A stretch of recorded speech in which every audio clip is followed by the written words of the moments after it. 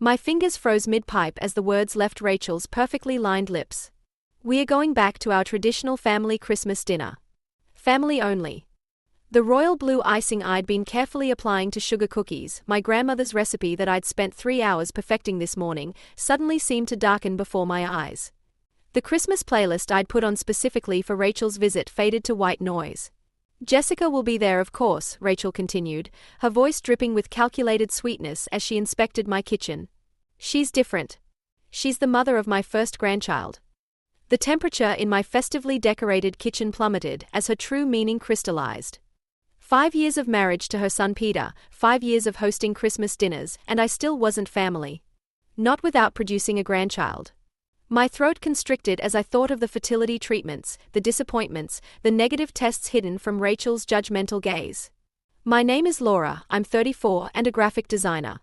This is the story of how I rebuilt Christmas from the ashes of rejection." Rachel touched one of my meticulously decorated cookies, deliberately leaving a perfectly manicured fingerprint in the design. "These are a bit childish, aren't they?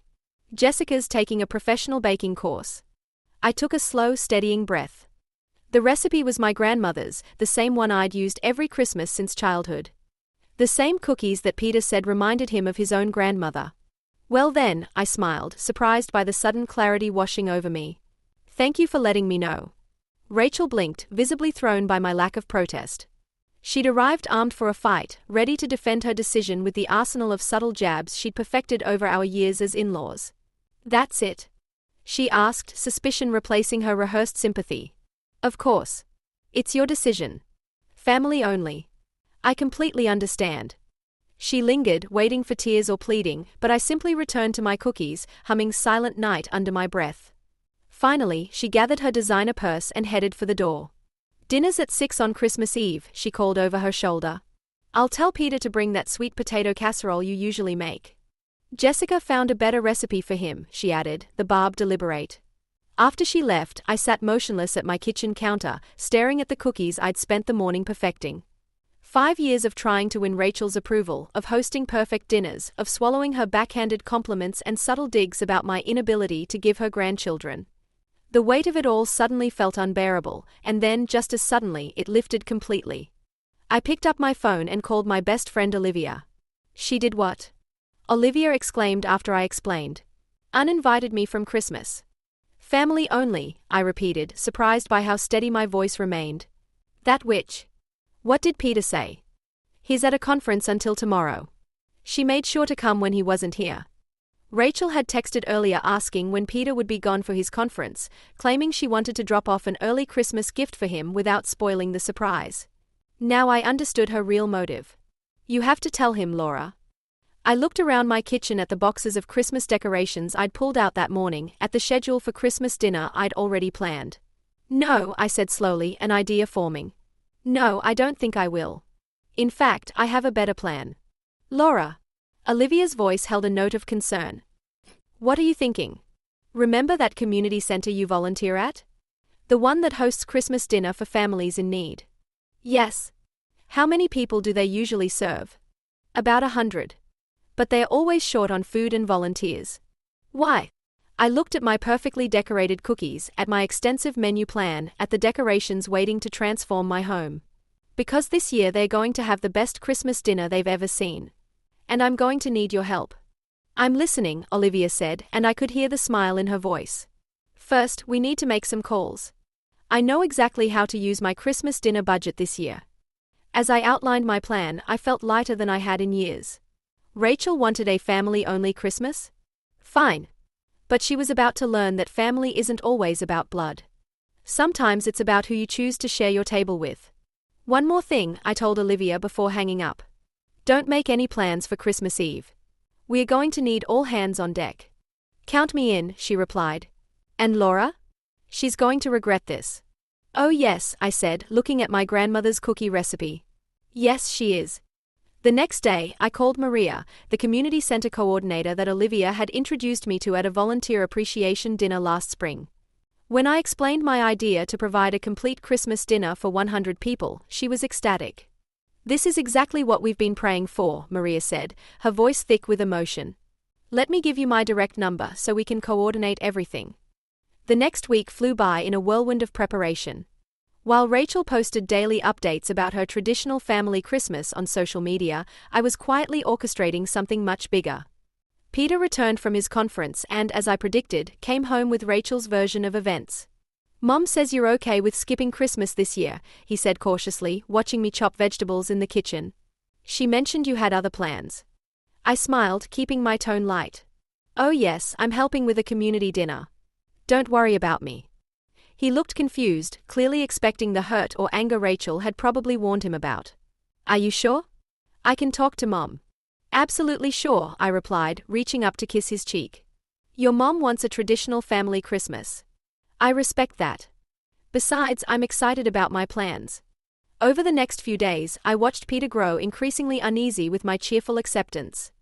He'd come home to find me baking dozens of cookies, preparing freezer meals, or coordinating with Olivia on the phone. Each time he asked if I was really okay, I assured him I was better than okay. The community center was thrilled with my offer. When I mentioned I'd be bringing enough food for 100 people, complete with decorations and gifts, the coordinator nearly cried. "We usually struggle to provide the basics," she explained. "This is like a Christmas miracle." What Rachel didn't know was that I'd been saving all year for Christmas dinner, planning to make it extra special. Now, instead of spending it on her ungrateful family, every penny would go toward making Christmas memorable for people who would actually appreciate it. Olivia and I spent days transforming the community center. We hung twinkling lights, set up Christmas trees, and created centerpieces for each table. My grandmother's cookie recipe was multiplied tenfold, and the freezer was stocked with casseroles and sides. 3 days before Christmas Eve, Rachel called. "Peter says you're working at some soup kitchen," her voice dripped with disdain. "Really, Laura? There's no need to be dramatic. If you'd like to come to dinner, you only need to ask." I stirred the pot of homemade hot chocolate on my stove, smiling at her transparent attempt to make me beg. "Thank you, Rachel. But I'm quite excited about my plans. The community dinner is going to be wonderful." "Community dinner?" She scoffed. "Serving food to strangers instead of being with family? What will people think?"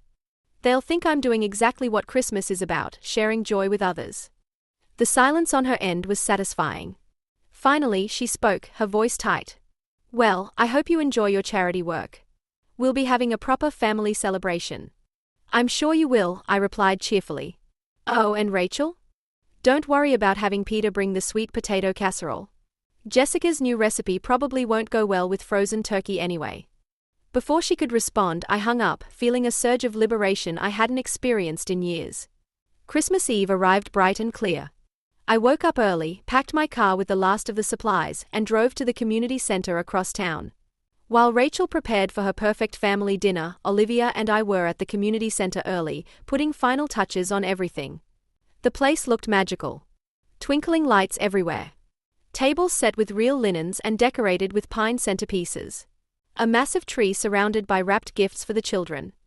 The kitchen smelled amazing. My grandmother's cookies were arranged on festive platters, homemade hot chocolate simmered in large urns, and the buffet tables were laden with traditional dishes. All made from scratch, all made with love. At 5:30, families started arriving. The wonder on their faces as they walked in made every minute of preparation worth it. Children squealed at the sight of the tree and presents. Parents wiped away tears, thanking us over and over. "This is better than any restaurant," one mother whispered, holding her young daughter's hand. "We haven't had a real Christmas dinner since." "Well, you're having one tonight," I smiled, handing her a plate. Everything's homemade. By 6 o'clock, the place was full of laughter, conversation, and the kind of genuine joy that no proper family celebration could match. I was serving hot chocolate when my phone buzzed with a text from Peter. "Where are you? Mom's dinner is a disaster. Jessica's new recipe burned and the store-bought turkey is still frozen. Everyone's arguing." I looked around at the happy faces, at children decorating cookies at the craft table Olivia had set up, at families enjoying a meal together without judgment or conditions. "I'm exactly where I need to be," I texted back, adding a photo of the beautifully decorated community center. "Having the best Christmas Eve of my life. I'm at the Riverside Community Center on 5th Street if you want to see what real Christmas spirit looks like." My phone immediately lit up with calls from both Peter and Rachel. But I silenced it. They could wait. Right now, I had cookies to serve and carols to sing with my new extended family, one that didn't care about blood relations or grandchildren or perfect recipes. As I watched a young girl carefully decorate a cookie using my grandmother's recipe, I realized something important. Sometimes the family you choose is more precious than the family you're born into. And sometimes being excluded from one table leads you to build a bigger, better one of your own. By midnight, my phone had over 30 missed calls, most from Rachel, several from Peter, and even a few from Jessica, who apparently was mortified about her failed cooking debut. I finally answered Peter's call as I was helping clean up the community center. The joy of the evening still hummed in my veins as children left clutching presents and parents thanked us with tears in their eyes. Laura, Peter's voice was a mix of awe and regret. The photos you sent, did you organize all of that? Yes, I said simply, watching Olivia pack leftover cookies to send home with the volunteers. This is what I chose to do with our Christmas budget instead of hosting your mother's perfect dinner. It's incredible, he paused.